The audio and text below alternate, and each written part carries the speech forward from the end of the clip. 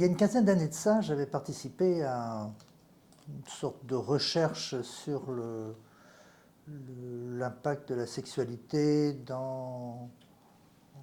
l'impact sur la sexualité des troubles que pouvaient présenter des patients avec un groupe de psychiatres. Et il y avait une question qui était posée, il y avait une sorte de quiz au départ, une question posée, c'était un groupe d'une quinzaine ou vingtaine de psychiatres. Interrogez-vous ou questionnez-vous vos patients sur leur sexualité. 19, si on dit 20, si on était 20, 19 avaient répondu non, ou 18, un des fois, et moi je disais tout le temps. Et j'avais trouvé ça très très très très étrange. En fait, la plupart de ces médecins psychiatres n'osaient pas du tout aborder le sujet de la sexualité avec leurs patients. Par habitude, par peur de troubler, et surtout par manque de formation, manque de compétences, manque d'aisance. Or, vous vous rendrez compte que lorsque vous abordez la question de la sexualité avec vos patients, c'est très évident pour eux que ça fait partie des sujets qui peuvent être abordés et l'échange est très facile pour peu que vous ayez la compétence, pour peu que vous ayez appris à le faire, pour peu que vous ayez appris à vous sentir à l'aise, vous, avec cette dimension-là. Et c'est absolument essentiel de se former dans ce domaine-là. Alors on a la chance d'avoir Stéphanie Delacour et Bruno Dubos qui vous proposent un atelier sur ce sujet-là, c'est d'abord pour être capable d'aborder cette thématique-là. Ensuite, une fois que des troubles sont repérés, quelquefois d'ailleurs les patients viennent directement pour des troubles de la sexualité, mais pas toujours, eh bien il y a différents types de difficultés et il y a différents types de réponses, types de stratégies, types de techniques de soins. Et vous allez pouvoir aider beaucoup de gens par ce biais-là. Mais pour ça, il faut oser. On dit souvent dans l'hypnose, il faut oser. Et bien ici, c'est aussi un sujet où il faut oser. Et en fait, on se rend compte que quand on aborde les choses simplement avec les gens qui viennent nous rencontrer, et bien tout ça se passe aussi très simplement. C'est souvent nous qui créons des problèmes à nos patients. Quand on n'ose pas, quand on ne sait pas, quand on se limite, parce qu'on a des propres... pas forcément des difficultés, mais un peu des inhibitions. Voilà. Donc on a besoin de se désinhiber. Donc venez voir Stéphanie et Bruno et vous verrez que vous serez beaucoup plus à l'aise et vos patients seront beaucoup plus à l'aise avec vous. Jeudi 12 octobre 2023. Je lis. Dans son livre Aïe mes aïeux, Anne Ancelin Schutzenberger explique combien les humains ont cette capacité à ruminer leurs drames sur plusieurs générations. Sur plusieurs générations. Carl Jung affirmait quant à lui « Nous sommes les solutions aux problèmes non résolus de nos ancêtres ».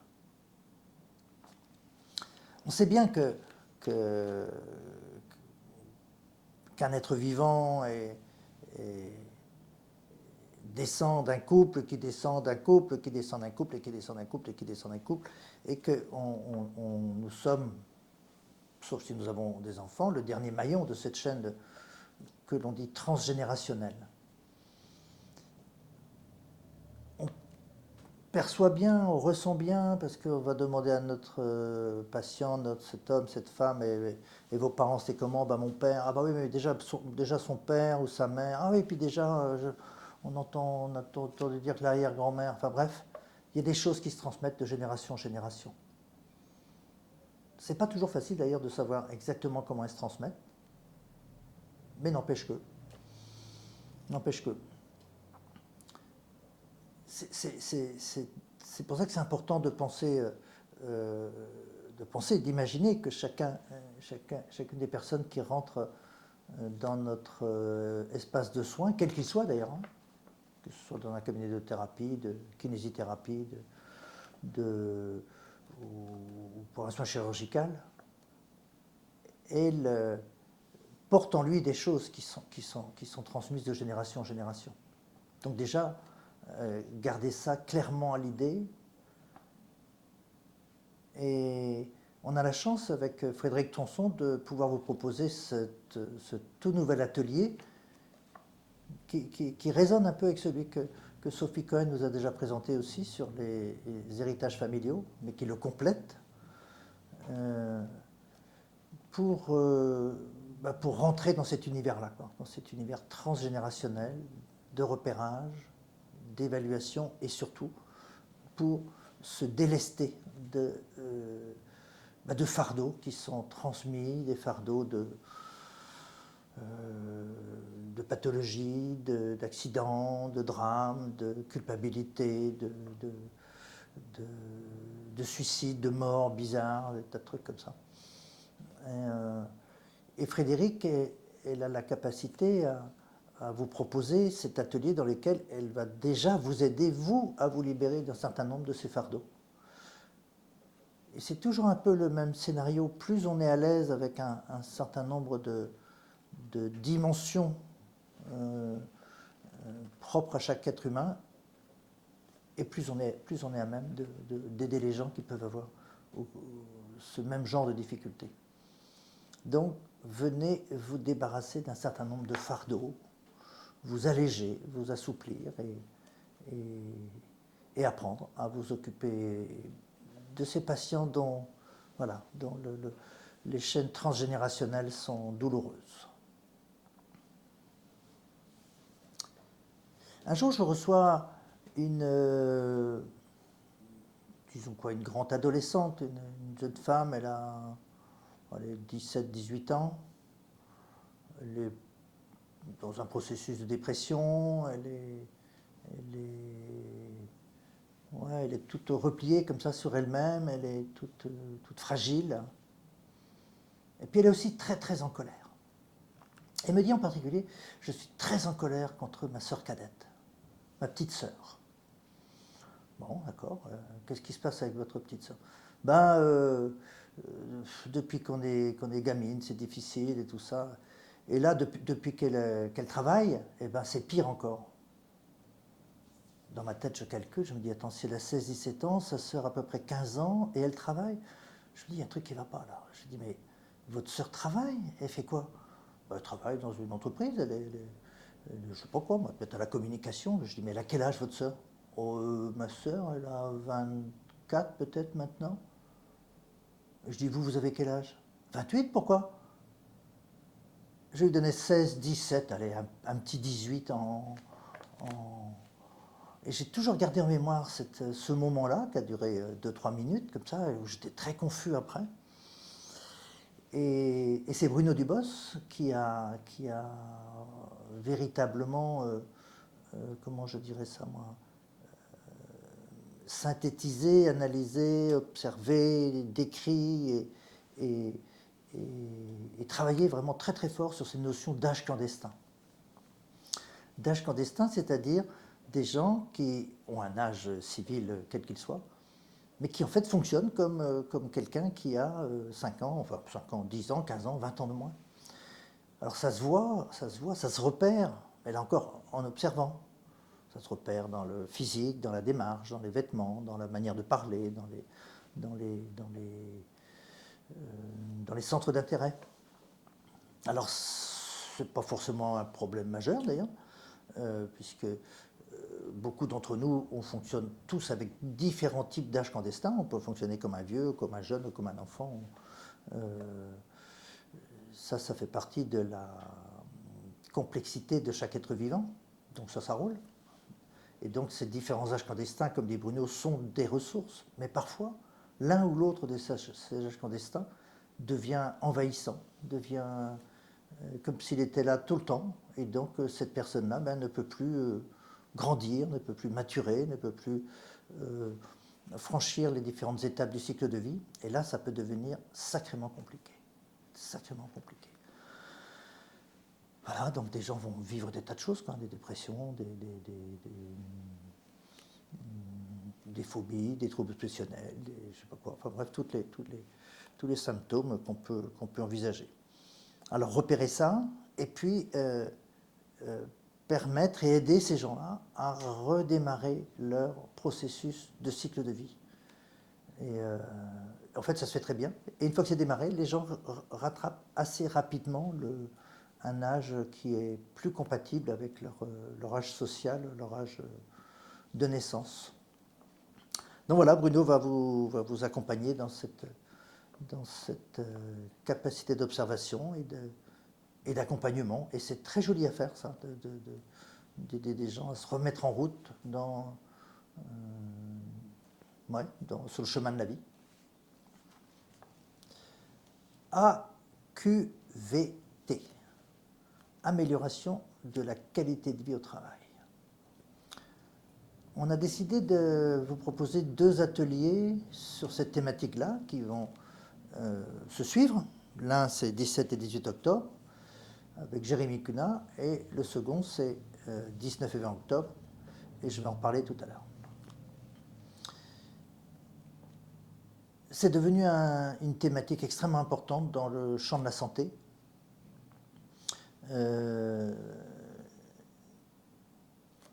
Comme s'il y avait eu une prise de conscience très importante, collective,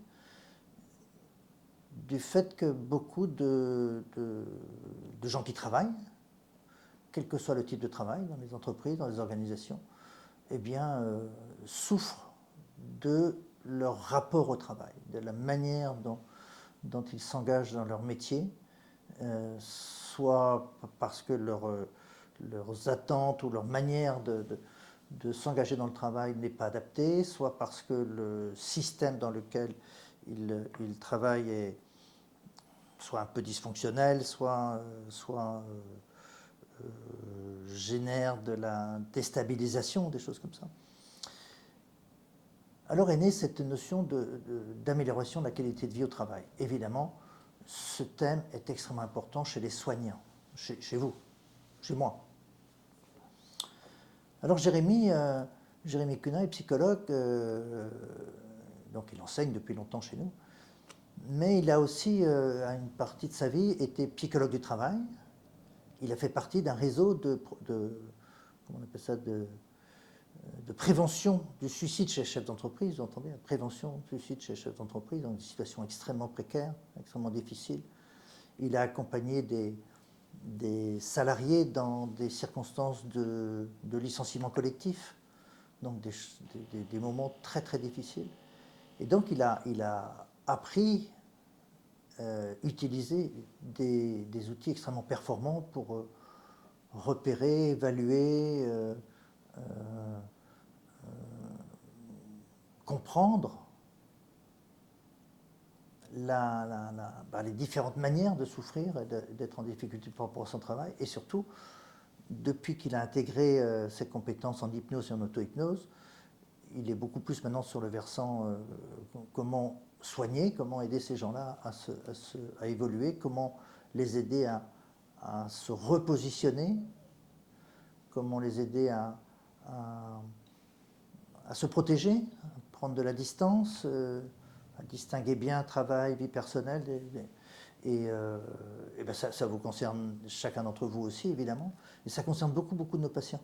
Et c'est quelque chose que j'ai eu à remarquer tout au long de mon parcours. Je pense depuis une quinzaine d'années, le nombre de gens qui arrivent avec des plaintes très fortes concernant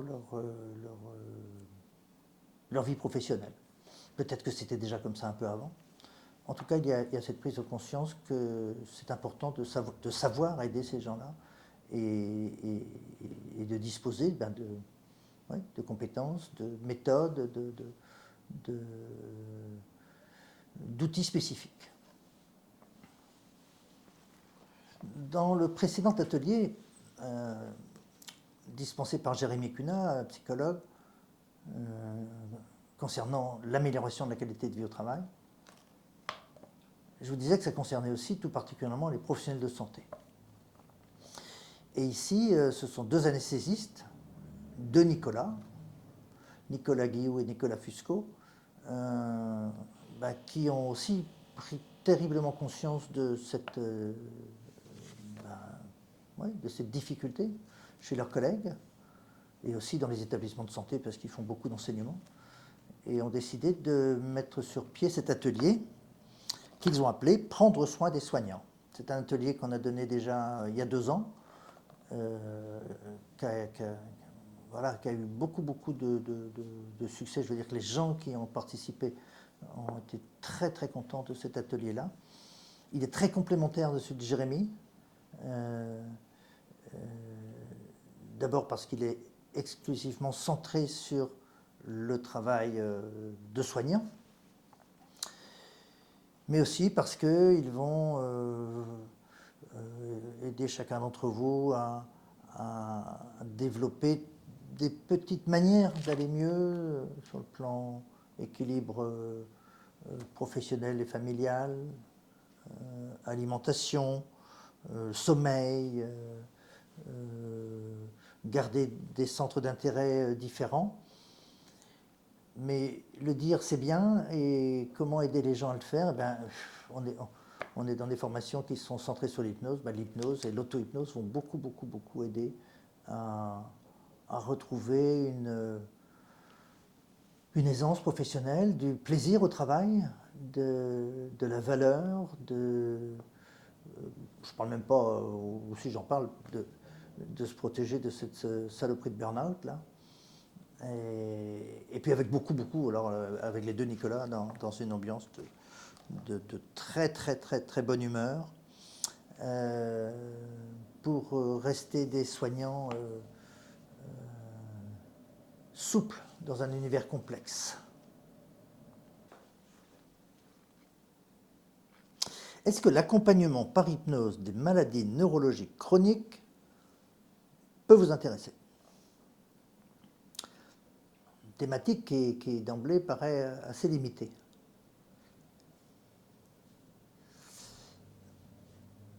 C'est Olivier Anne, qui est neurologue à La Rochelle, qui va animer cet atelier. Donc il est neurologue. Il est formé à l'hypnose depuis, je ne sais pas moi, une bonne douzaine d'années.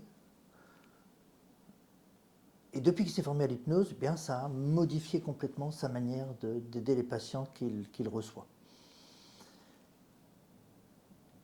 Alors il va recevoir des patients et ça va les aider, des patients qui ont des scléroses en plaques, on n'en voit pas tous les jours, des patients qui ont des troubles de type Parkinson, ça c'est quand même plus fréquent, et puis des patients qui ont des migraines, et ça peut être très fréquent. Autrement dit, beaucoup d'entre nous peuvent être intéressés par cet atelier, et aussi parce qu'il est dispensé par quelqu'un qui a un métier qui n'est pas habituel chez les formateurs, il est neurologue.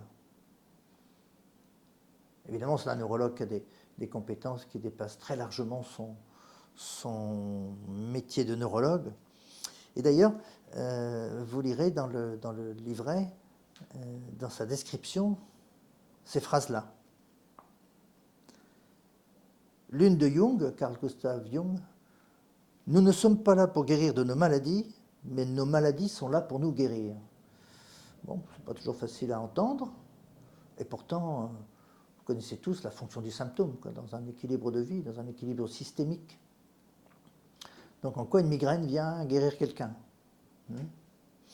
Autrement dit, ce concept-là peut être largement étendu par rapport à beaucoup d'autres types de troubles, que ce soit des pathologies, enfin des douleurs chroniques, des pathologies chroniques, des troubles du sommeil ou de la dépression, comme j'ai eu l'occasion d'en parler hier avec une patiente qui me disait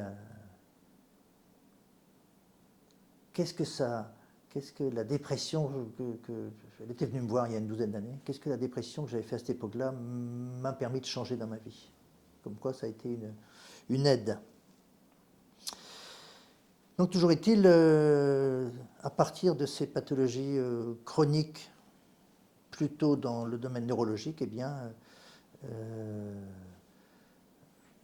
apprendre un schéma d'évaluation et de traitement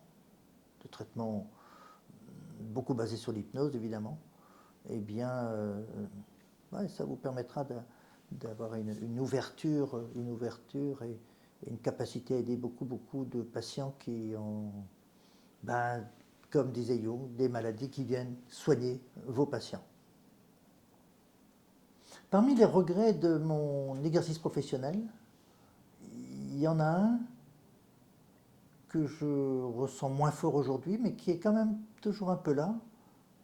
C'est celui de ne pas avoir créé de groupe thérapeutique, de groupe thérapeutique de patients.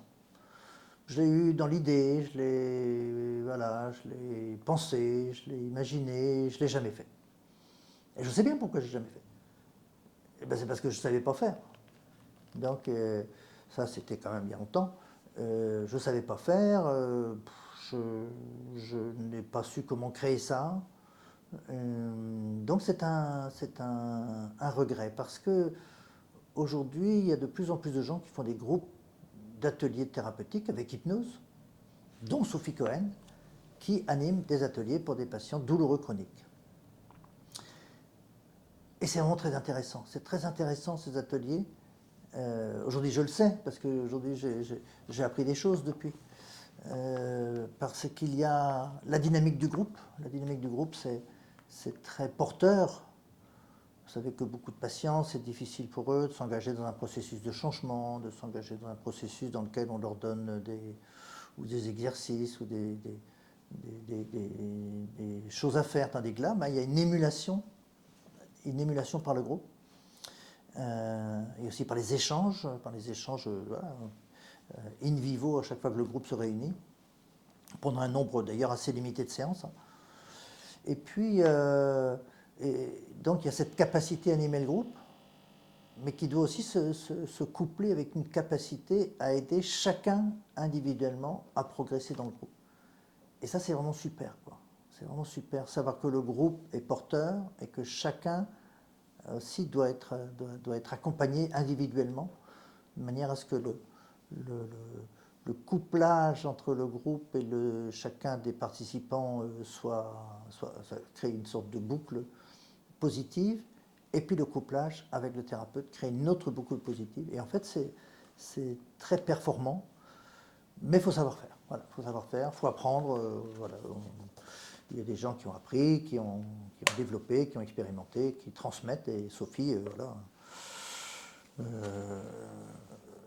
qui fait déjà des ateliers depuis pas mal de temps chez nous, et ben fait ça très bien. Alors là, c'est pour les douloureux chroniques, mais ça peut être fait aussi pour des groupes de patients voilà, chez qui on découvre un truc de cancer, ou des groupes de parents, des groupes de gens qui ont des troubles, enfin des dépendances à l'alcool ou au tabac, etc. Ça peut se décliner dans d'autres domaines. Jean-François Marquet est un collègue psychiatre, pédopsychiatre, et on a commencé à pratiquer l'hypnose quasiment à la même époque. On a été interne en même temps, et il a donc intégré l'hypnose dans son exercice de pédopsychiatre, donc auprès des enfants, depuis toujours, quoi, depuis toujours. Et jusqu'à aujourd'hui, voilà, ça fait plus de 30 ans qu'il intègre l'hypnose dans son travail auprès des enfants, et je parlerai plus tard des parents. Et s'il a continué, eh bien c'est que c'est fonctionnel, quoi. C'est fonctionnel d'aider les enfants. Mais pour que ce soit fonctionnel, il faut quand même avoir aussi une certaine connaissance de la manière dont les enfants se construisent ou se développent. Vous ne pourrez pas faire de l'hypnose de la même manière avec un enfant qui a 3 ans, avec un enfant qui a 10 ans ou avec un adolescent qui a 16 ans. Donc il a d'abord à cœur de vous transmettre ces grandes étapes-là pour vous guider et savoir voilà, de quelle manière il s'agit de pratiquer avec des enfants ou des jeunes de différents âges.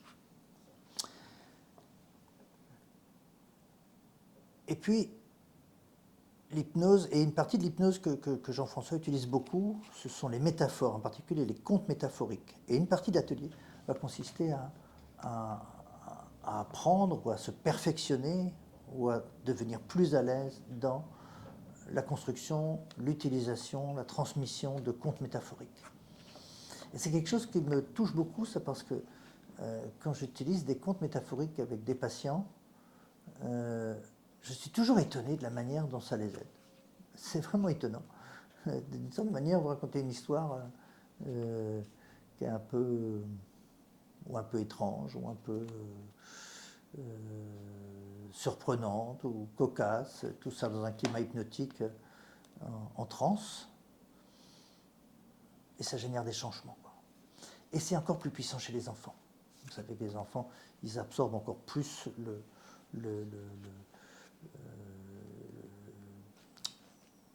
les intentions, les émotions ou les idées qui sont à l'intérieur des contes ou des métaphores. Et puis, aider un enfant n'aurait souvent pas tellement de sens sans savoir s'occuper des parents, sans savoir s'occuper de l'enfant et de ses parents. Alors, bien souvent, l'histoire de la psychologie, de la psychiatrie, tout ça, ont eu tendance à considérer les parents comme étant responsables des troubles. Oh, les méchants, ils rendent leur enfant malade. Ouais, c'est pas très positif comme position. C'est peut-être plus intéressant de se positionner de manière systémique en voyant que dans ce système-là, l'enfant est en difficulté, c'est vrai, mais souvent, malgré l'aide, malgré les bonnes intentions des parents. Autrement dit, bien souvent, les parents sont des ressources, sont des soutiens, Jean-François dit, des co-thérapeutes. Et mettre ce regard-là très positif sur l'ensemble du système familial et sur les parents, puisque je parlais des parents, eh ben, ça va souvent être beaucoup, beaucoup plus performant que de les regarder d'un mauvais œil. Alors ça va permettre aussi de faire de l'hypnose avec l'enfant, avec les parents, avec les uns et les autres, et d'autres stratégies thérapeutiques que Jean-François vous transmettra. En particulier, il aime bien utiliser une technique que j'utilise beaucoup, beaucoup aussi, c'est les mains de Rossi, puisque nous avons eu la chance, il y a quelques années, d'aller ensemble passer une semaine chez Ernest Rossi. Ça fait plus de 20 ans que l'expression que je pourrais dire, que je m'intéresse aux morts. C'est un peu bizarre. En tout cas, les 10 premières années de mon exercice professionnel, les histoires de deuil et de mort me passaient complètement à côté. Et puis à un moment, j'ai eu la chance de faire une formation en ethnopsychiatrie et ça a vraiment, vraiment changé mon regard sur les morts et aussi sur les vivants. Voilà. Les vivants qui ont plein d'ancêtres, les vivants qui voient des proches aussi partir. Et ça m'a tellement intéressé que j'ai eu envie de transmettre en fait un certain nombre de stratégies, de manières d'aider les gens à vivre des deuils, à vivre des deuils. Et en fait, vivre un deuil ou réussir un deuil, c'est rétablir une relation saine avec un mort. Ça peut paraître un peu bizarre. Sauf si on commence à se dire que les morts sont des invisibles, on ne les voit pas, mais ils sont présents. Ils sont présents. On a des liens avec nos morts de différentes manières. D'ailleurs, beaucoup d'entre vous, vous n'avez qu'à regarder chez vous, vous allez trouver des traces de vos morts dans des photos, des objets, des livres ou des tas de choses. Moi, par exemple, dans mon cabinet, j'ai des photos de Milton Erickson, qui, comme vous savez, est mort. Alors, est-ce que le mort, ou la relation avec le mort est excessive, envahissante, prenante? Est-ce que cette relation est devenue, ou peut-être est-elle depuis le départ, quasiment absente, comme si cette personne défunte avait disparu du monde intérieur de cette personne-là, parfois de sa famille. Voilà, disparu, on n'en parle plus. Est-ce que ce contexte-là de décès, de maladies, de départ, et tout ça, ça crée une sorte de traumatisme. Est-ce que c'est un peu tout ça à la fois? Est-ce que c'est un peu tout ça à la fois? Et à ce moment-là, on rencontrera un contexte qu'on va appeler le fantôme. Un fantôme, c'est un mort qui est jamais là et tout le temps là. Tout le temps là, jamais là. Donc lui, il est encore plus présent et plus invisible. Alors pour chacune de ces manières d'avoir des difficultés avec les morts ou des deuils qui n'évoluent pas, eh bien, il y a des stratégies différentes. Certaines peuvent être utilisées dans différentes situations, mais il y a des stratégies très très spécifiques qu'on va pouvoir mettre en œuvre. C'est aussi un de ces ateliers qui est très très important en tant que soignant. Plus vous serez à l'aise avec la mort, plus vous serez à l'aise avec vos morts, plus vous serez en paix avec vos morts, peut-être parce qu'on fabriquera ensemble un cimetière intérieur, et plus vous serez à l'aise avec les morts de vos patients. Je vous disais que pendant 10 ans, moi, je ne m'y intéressais pas. En fait, j'entendais vaguement parler des morts, et puis basta, quoi. Et puis basta. Donc, je ne savais pas aider les gens qui avaient des difficultés comme ça. En fait, comme tout, hein, quand on sait faire, on se rend compte que c'est assez facile d'aider les gens, ou en tout cas beaucoup des gens qui ont des difficultés avec leur mort pour évoluer. Et souvent avec des outils, des techniques très simples. Il suffit juste de les connaître, d'y penser, et parfois d'oser. Voilà, donc les morts sont des ressources importantes pour les vivants, pourvu qu'il y ait une bonne relation, quoi. Voilà. Voilà, un grand monsieur du monde de l'hypnose, de la psychologie, commençait, puisqu'il est décédé il y a maintenant un peu plus d'1 an, ces séances d'hypnose comme ça. Vous avez bien sûr deviné son nom, il s'agit d'Ernest Rossi. Aujourd'hui, j'ai intitulé cet atelier l'hypnose Eureka. Donc, Lehman Rossi, l'hypnose Eureka.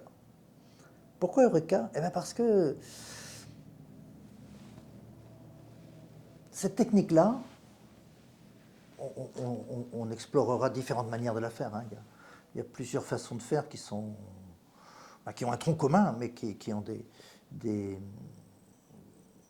techniques complémentaires les unes par rapport aux autres.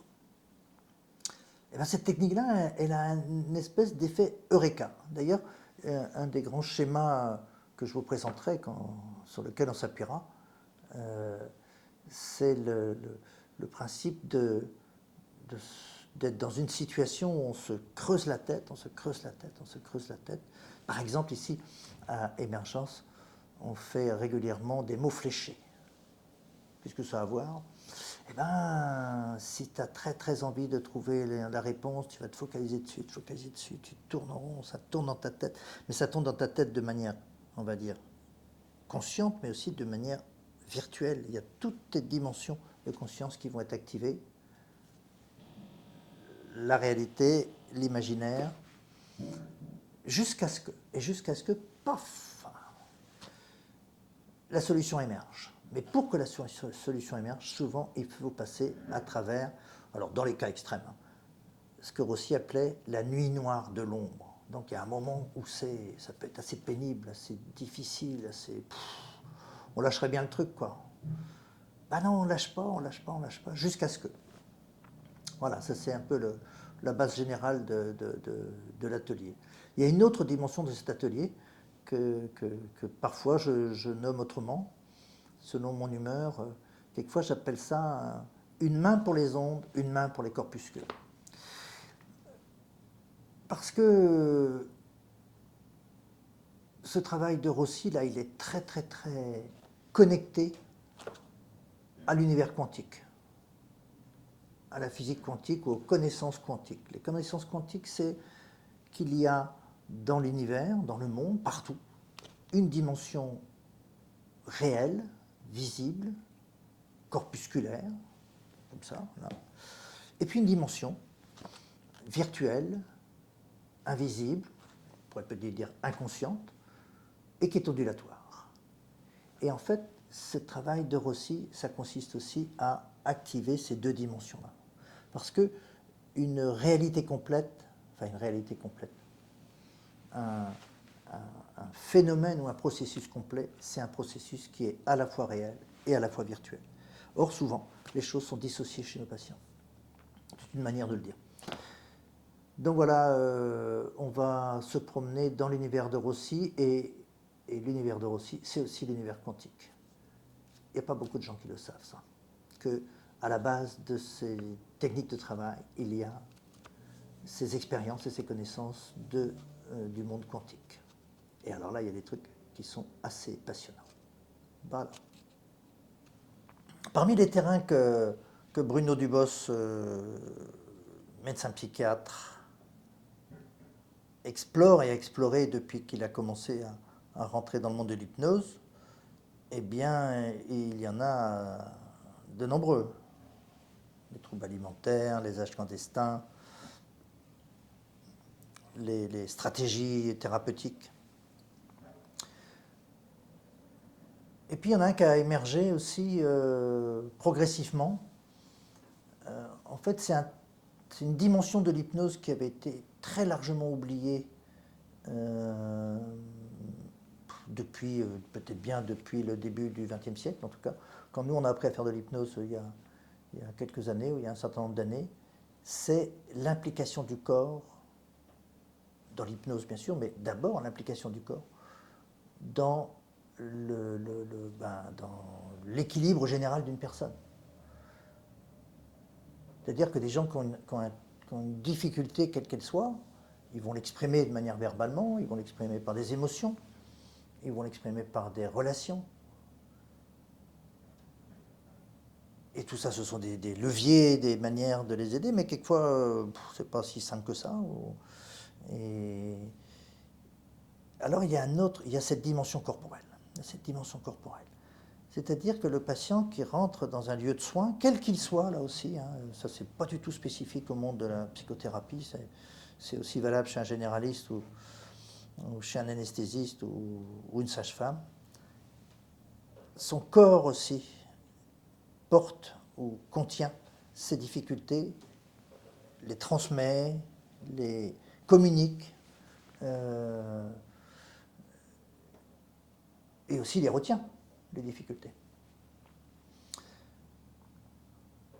L'hypnose était au départ conçue, et pendant longtemps, et encore pour beaucoup, beaucoup de gens, conçue comme un outil pour aider des gens à changer sur le plan mental, sur le plan de la conscience. Bon, d'accord. En ayant complètement oublié que un de nos maîtres, enfin, ouais, on peut dire un de nos maîtres, hein, un certain Milton Erickson, travaillait beaucoup, beaucoup, beaucoup avec la dimension corporelle des patients. Évidemment, parce que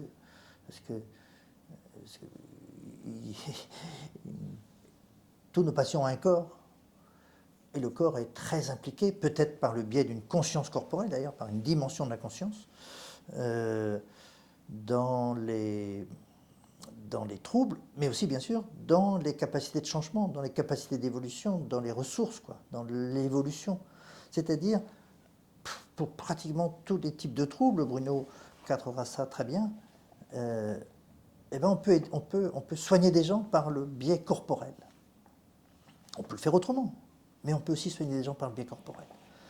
Et ça, alors, enfin, quand je dis ça,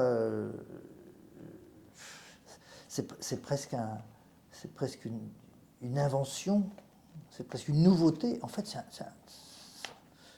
ça avait juste été oublié, ça avait juste été perdu, mais pour ça, il fallait qu'il y ait un type de la stature de Bruno capable de le repérer, de faire confiance à son instinct, à son intuition, d'expérimenter des stratégies, des méthodes, d'apprendre, de toujours beaucoup travailler pour pouvoir aider les patients et pour pouvoir maintenant le transmettre. Transmettre comment repérer comment porter son attention là où c'est utile pour le patient, là où c'est utile pour, pour recevoir cet échange, cette communication corporelle.